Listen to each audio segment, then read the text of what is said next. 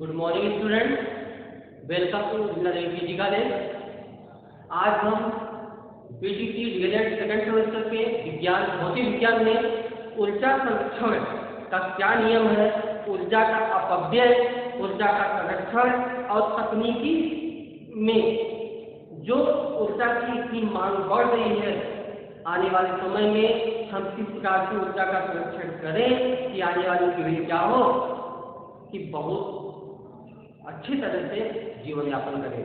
तो सबसे पहले आप हेडिंग लगा लीजिए ऊर्जा संरक्षण का नियम।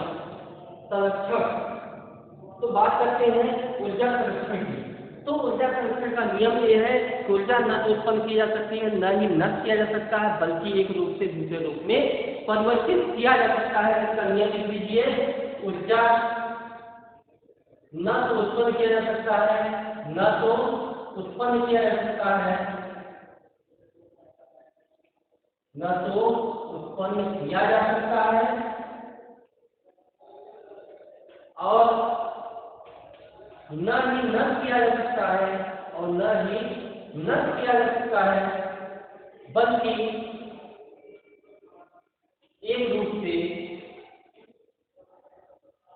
नष्ट किया जा सकता है, बल्कि एक रूप से दूसरे रूप में, बल्कि एक रूप से दूसरे रूप में, एक रूप से दूसरे रूप में परिवर्तित किया जा सकता है। एक रूप से दूसरे रूप में परिवर्तित किया जा सकता है।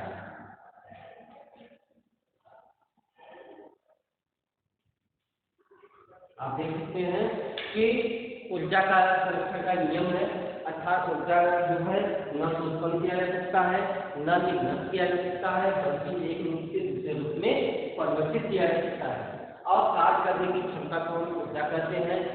और यहाँ पे देखा जाए इस औद्योगिक क्रांति में, इस औद्योगिक क्रांति में ऊर्जा का जो है बहुत ही डिमांड है, अर्थात विलासितापूर्ण जीवन शैली, तीव्र औद्योगिकरण एवं नगरीकरण के कारण ऊर्जा का बहुत उपयोग बढ़ गया है। तो जो बहुत तेजी से जनसंख्या बढ़ रही है, औद्योगिकरण हो रहे हैं, इसमें इसके थ्रू बहुत ही ऊर्जा की मांग बढ़ गई है। इस ऊर्जा तथा मनोरंजन, परिवहन आज के क्षेत्र में भी ऊर्जा, यह जो आपको ऊर्जा है, ऊर्जा का बहुत ही उपयोग हो रहा है। मनोरंजन के लिए ऊर्जा का बहुत ही बड़ा दुरुपयोग हो रहा है। तो कहा जाता है किसी भी चीज का दुरुपयोग नहीं करना चाहिए, हमेशा क्या करना चाहिए, सदुपयोग करना चाहिए तथा ऊर्जा का हमेशा सदुपयोग करना चाहिए। तो इस विलासितापूर्ण जीवन में जब औद्योगिक क्रांति हुआ, अर्थात औद्योगिकरण हुए, आपका नगरीकरण हुआ, जनसंख्या की वृद्धि हुई, तो ऊर्जा की बहुत ज्यादा मांग बढ़ी। अर्थात तो यहाँ पे अगर देखा जाए तो भारत के विकास के लिए नए नए उद्योग स्थापित होने से ऊर्जा की मांग में वृद्धि हो रही है। विकास के साथ ही हमारी जीवन शैली में एक परिवर्तन आया है। हम देखते हैं कि भारत जो है एक विकासशील देश है, भारत एक विकासशील देश है।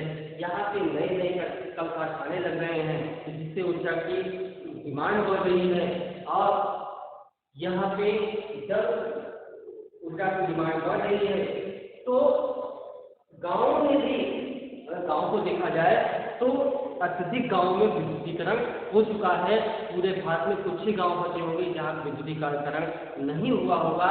एक लगभग गांव में भी क्या हो गया है, विद्युतीकरण हो चुका है। तो जो क्या है, ऊर्जा का एक तरीके से अपव्यय ही है।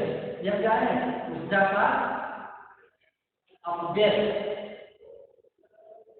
ऊर्जा का अपव्यय मतलब ऊर्जा का क्षय, ऊर्जा यहाँ पे ऊर्जा का नष्ट होना। अर्थात वर्तमान परिस्थिति को देखते हुए ऊर्जा के स्रोतों का न्याय उपयोग हो, उसका ऐसे दक्ष विधियों का उपयोग हो जिससे ऊर्जा के अपव्यय को रोका जा सके। तो प्लेन टाइम में देखा जाए तो हमें भी कुछ करना चाहिए, हम सबको ही कुछ करना चाहिए कि ऊर्जा का इतना सीमित उपयोग करें, ऊर्जा का ऐसा सीमित उपयोग करें जिससे कि ऊर्जा का संरक्षण हो सके। तो ऊर्जा के संरक्षण, तकनीकी विकास के लिए ऊर्जा का संरक्षण, तकनीकी विकास के लिए तकनीकी विकास के लिए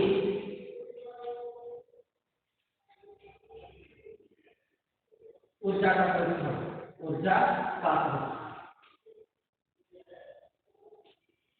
तो तकनीकी विकास के लिए ऊर्जा का संरक्षण किस तरीके से करते हैं? तो सिंपली क्या है, तकनीकी विकास के लिए ऊर्जा का संरक्षण अत्यंत आवश्यक है। तो यहाँ पे देखा जाए कि जो टेक्नोलॉजी है, टेक्नोलॉजी के डेवलपमेंट के लिए ऊर्जा का संरक्षण जो है बहुत मायने रखता है। तो अर्थात ऐसे उपकरणों का प्रयोग करें, ऐसे उपकरणों का प्रयोग करें कि जहाँ से ऐसे हम उपकरण का उपयोग करें जिससे हमको कम ऊर्जा लगे, कम ऊर्जा की खपत हो, कम विद्युत का खपत हो। जैसे सिंपल क्या है कि घर में 10 वाट का बल्ब जल रहा है, उसके स्थान पर पीएसएल लगा लें, एलईडी लगा लें। आज इसमें मार्केट में अवेलेबल भी है। तो हम करें क्या, एलईडी और पीएसएल लगा करके 100 वाट के बल्ब को निकाल करके हम क्या कर सकते हैं, ऊर्जा के खपत को, ऊर्जा के अपव्यय को हम रोक सकते हैं। तो यहाँ पर भोजन पकाने के लिए दाल व पदार्थों को भिगो कर रखना चाहिए। और या सिंपली कह सकते हैं कि इनको पकाने के लिए प्रेशर कुकर का उपयोग करना चाहिए।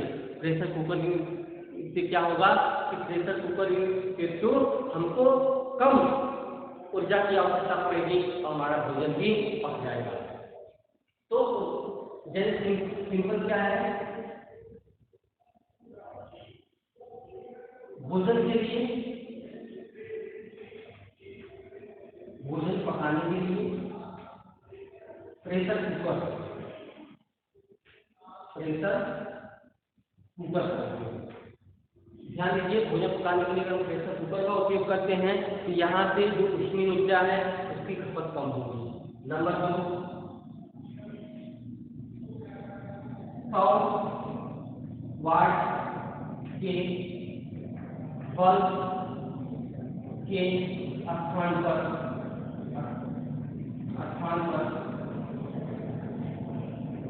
पीएसएल या एलईडी का प्रयोग।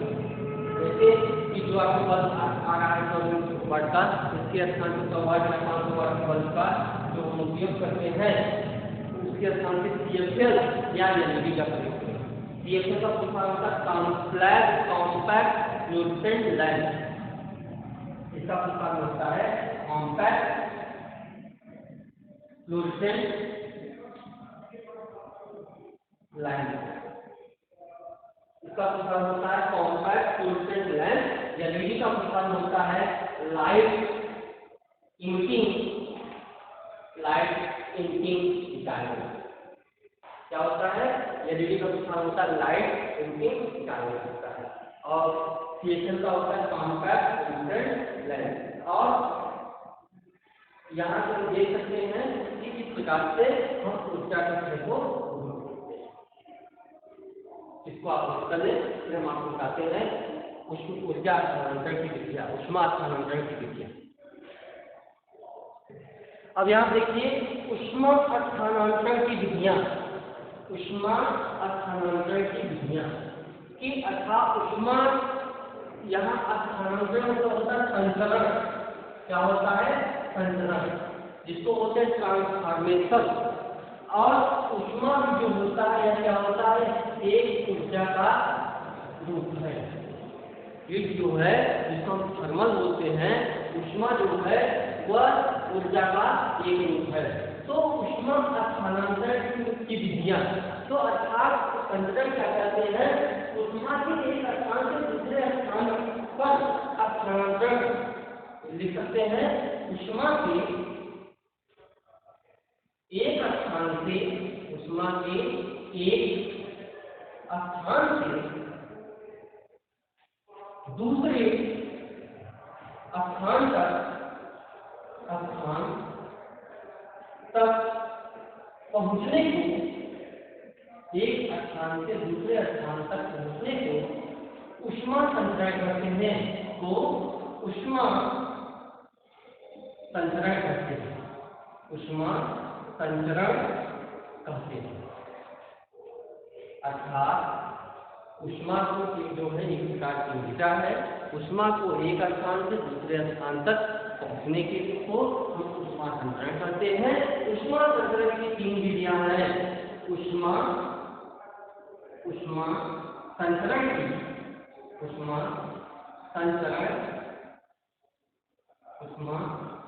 की 3 विधियां हैं। नंबर 1 है आपका चालन, नंबर 2 संवहन,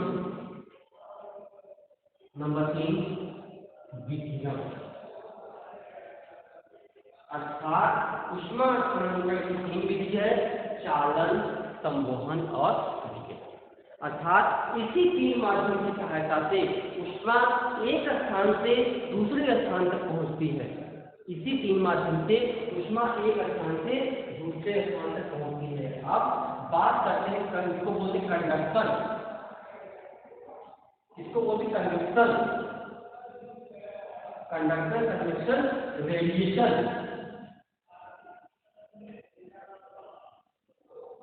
कंडक्शन और रेडिएशन, चालन, संवहन, विकिरण। अब जब हम चालन की बात करते हैं, जब कंडक्शन की बात करते हैं, जिसमें ऊष्मा संचरण की विधि होती है, जिसमें ऊष्मा पदार्थ के एक कण से दूसरे कण में जाती है। चालन जो होती है यह ऊष्मा स्थानांतरण की एक ऐसी विधि होती है जिसमें ऊष्मा एक कण से दूसरे कण में स्थानांतरित होती है। सिंपली आपने देखा भी होगा कि जैसे अंगीठी जल रही है, अब इसमें कोई हम लोहे का राड डाल रहे हैं, यह आप क्या है कि यह आपको फायर है, यह आपका आग है, जल रहा है, इसमें कोई लोहे का राड डाल रहे, इसका एक सिरा क्या है, हीट होगा। अब आप जानते हैं कोई भी जो ठोस है, धातु है, इसके एक कण जो होते हैं दूसरे कण से सटे होते हैं, अंतरा अंश में नगण्य होता है और अंतरा अंश बल होता है बहुत ही अधिक होता है। से अंतरा अंश बल द्वारा बदली होते हैं, क्योंकि इसमें अंतरा अंश नहीं होता है। ठोसों के अंग में जो होता है वह कंपन होता है, दोलन नहीं होता है।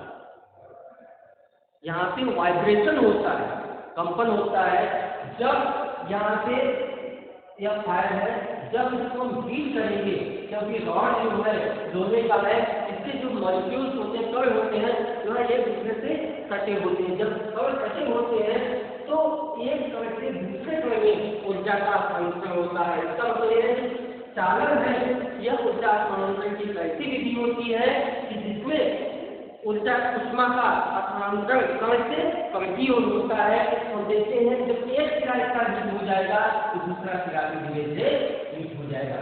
आप लोगों ने अनुभव भी किया होगा, जैसे कुछ व्यक्ति अगर रोटी बनाती है तो चिमटा होता है, अगर रोटी बनाते समय उसका एक सिरा आगे का सिरा गर्म है तो धीरे धीरे पीछे का सिरा भी आपको गर्म महसूस होगा।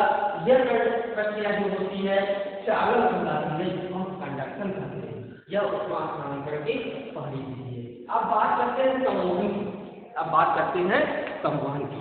संवहन क्या है कि सिंपली आपको पानी गर्म करते हुए देखा होगा, पानी का गर्म होना, अर्थात यह ऊष्मा हस्तांतरण की एक ऐसी विधि है जिसमें जो कण होता है वह ऊष्मा को अवशोषित करके अपना स्थान छोड़ देता है।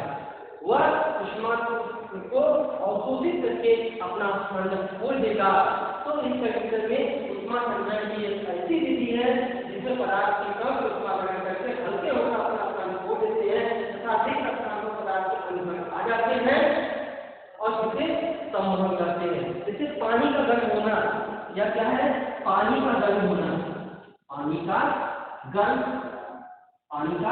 गर्म होना। जैसे इसी को क्या कर सकते हैं, एक केटली लेते हैं,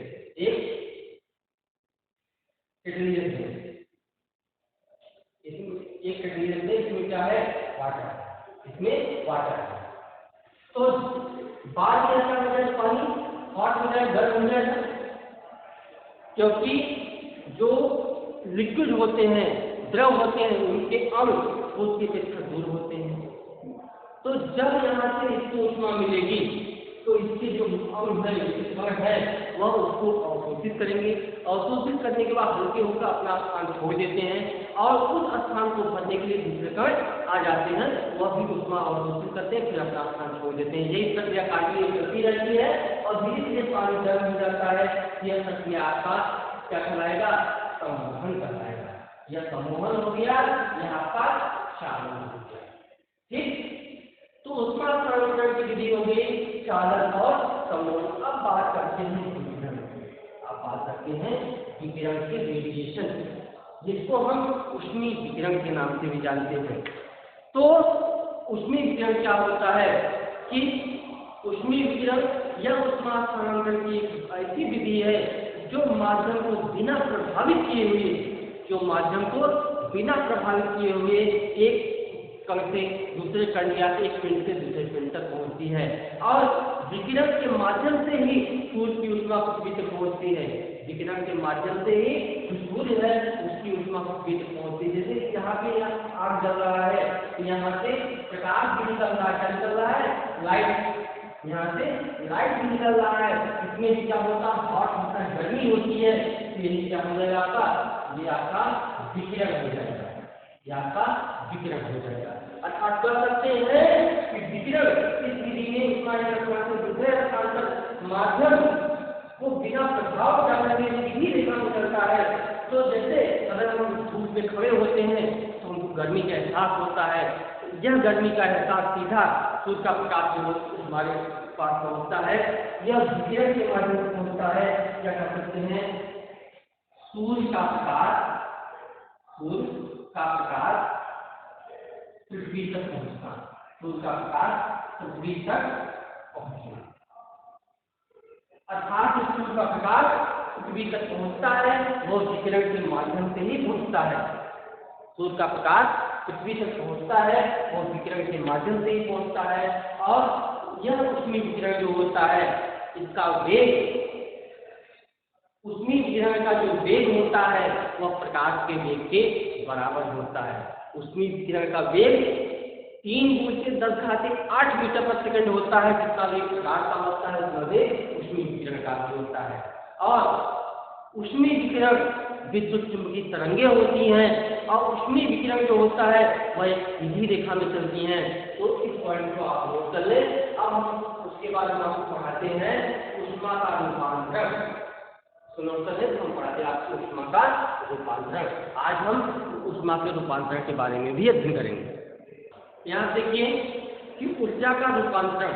अभी हमने आपको ऊर्जा संरक्षण का नियम बताया है कि ऊर्जा न तो उत्पन्न की जा सकती है, न ही नष्ट किया जा सकता, बल्कि एक रूप से दूसरे रूप में परिवर्तित किया जा सकता है। ऊर्जा को एक रूप से दूसरे रूप में रूपांतरित किया जा सकता है, परिवर्तित किया जा सकता है। अब ऊर्जा का रूपांतरण, यहाँ पे ऊर्जा को एक रूप से दूसरे रूप में बदला जा सकता है। किस प्रकार से बदला जा सकता है तो आप देख सकते हैं। यहाँ पे विभिन्न प्रकार की ऊर्जाओं को अंतर रूपांतरण को निम्नलिखित उदाहरण द्वारा बता रहे हैं। जैसे यांत्रिक ऊर्जा को विद्युत ऊर्जा में बदलता है डायनमो। डायनमो जो होता है यांत्रिक ऊर्जा को विद्युत ऊर्जा में बदलता है। कैसे बदलता है?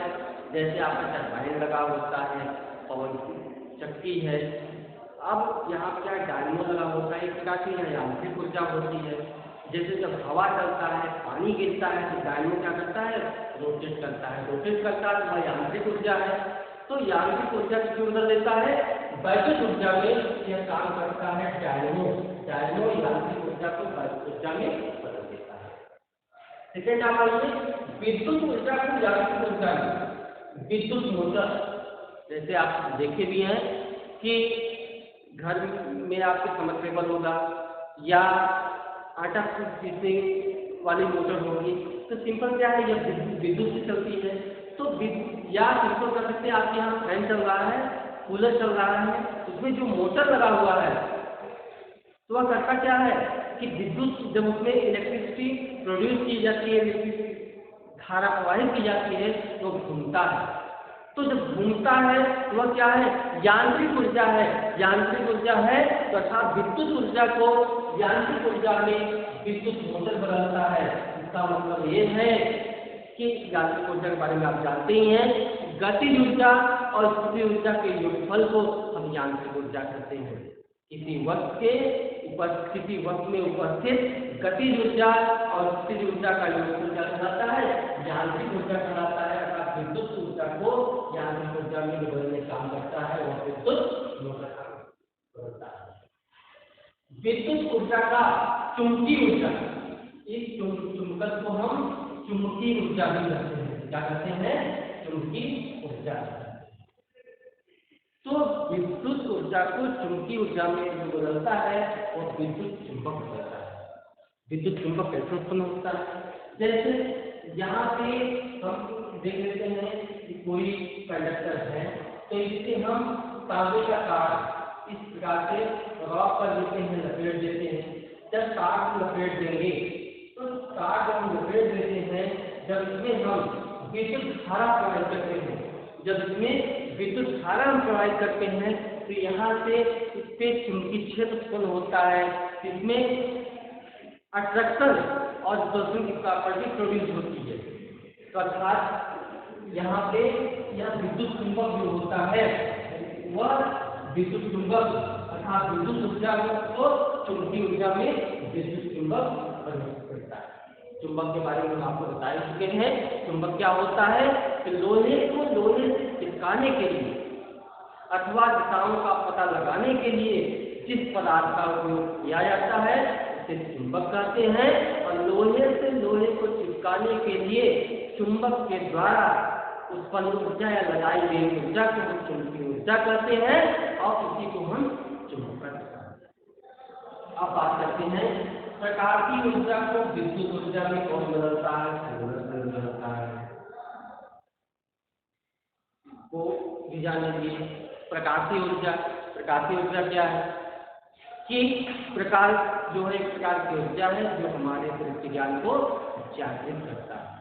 प्रकाश एक प्रकार की ऊर्जा है जो हमारे दृष्टि ज्ञान को जागृत करता है। और यहाँ पे यह प्रकार की ऊर्जा केवल विद्युत ऊर्जा में बदलता है। सोलर सेल स्वाभाविक सी बात है कि ऐसा इंस्ट्रूमेंट, ऐसा उपकरण जो सूर्य के प्रकाश से चलता हो, अर्थात प्रकाशीय ऊर्जा को विद्युत ऊर्जा मिलता है। सोलर सेल एक ऐसी युक्ति है जो प्रकाशीय ऊर्जा को वैद्युत ऊर्जा में बदलता है। इसमें बड़े बड़े पैनल लगे होते हैं जिसके जब उसके प्रकाश पड़ता है वो उसको अवशोषित करके क्या करता है? विद्युत ऊर्जा में बदलता है। अब बात करते हैं प्रकाशीय ऊर्जा को ऊष्मीय ऊर्जा। प्रकाशीय ऊर्जा बनता है सौर ऊष्मक। इसमें आता है सोलर सुपर और सोलर जल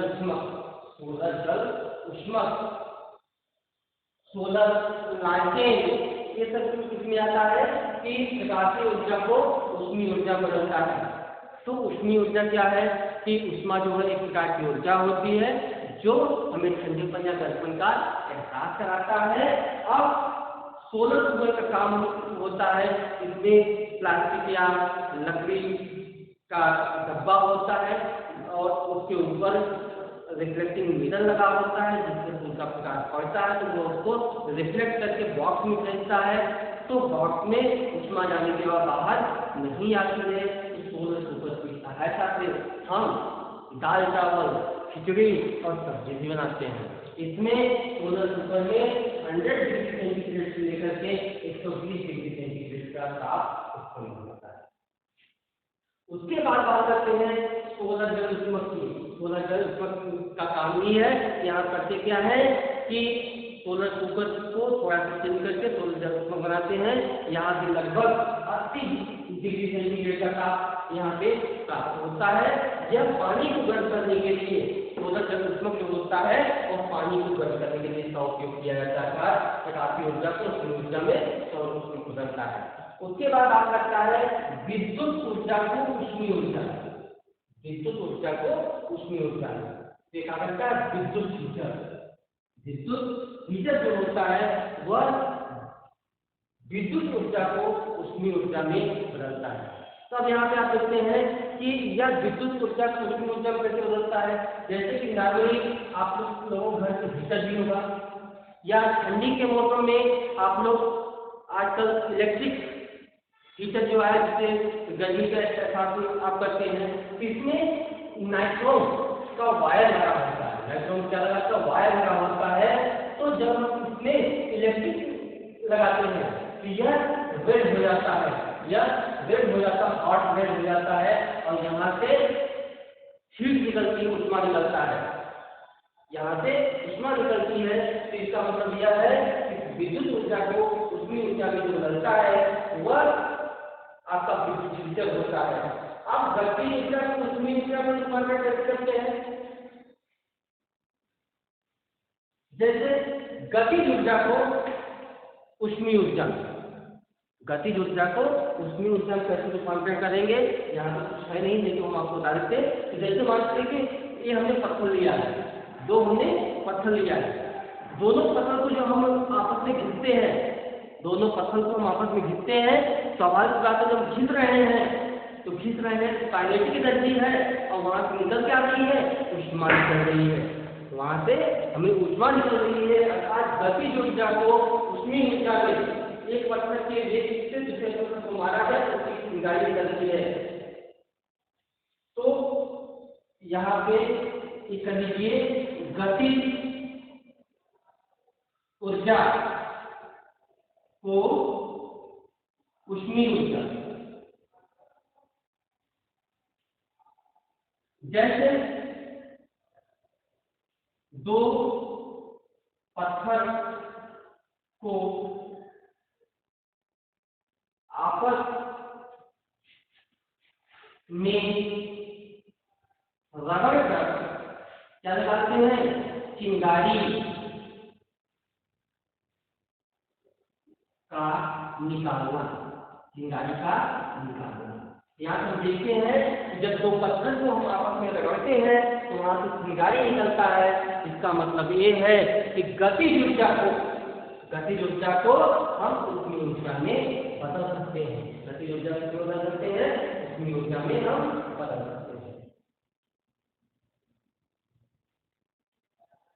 अब जैसे स्थितिज ऊर्जा को गतिज ऊर्जा, स्थितिज ऊर्जा को गतिज ऊर्जा में कैसे बदलेंगे ये भी जान लीजिए। जैसे ये क्या है? चार्ट है। जैसे क्या है? एक चार्ट है। ये क्या है? इसमें जो भी ऊर्जा है स्थितिज ऊर्जा है, स्थितिज ऊर्जा को गतिज ऊर्जा में बदलना। इसका मतलब एक चार्ट है तो स्थितिज ऊर्जा में इसको हमने छोड़ दिया, तो इसको छोड़ दिया ये नीचे गिरा तो इसकी जो एनर्जी है वो कितने कन्वर्ट हो गई? काइनेटिक एनर्जी, अर्थात स्थितिज ऊर्जा जो है वह गतिज ऊर्जा में रूपांतरित हुआ था। स्थितिज ऊर्जा को गतिज ऊर्जा में परिवर्तित किया जा सकता है। अब बात करते हैं सामर्थ्य शक्ति की। तो सामर्थ्य शक्ति के बारे में हमने आपको बता दिया है कि जैसे कि आपने पढ़ा कार्य करने की क्षमता को ऊर्जा कहते हैं, कार्य करने की क्षमता को ऊर्जा कहते हैं, और किसी पिंड पर बल लगाकर बल की दिशा में विस्थापित करने की क्रिया को कार्य कहते हैं।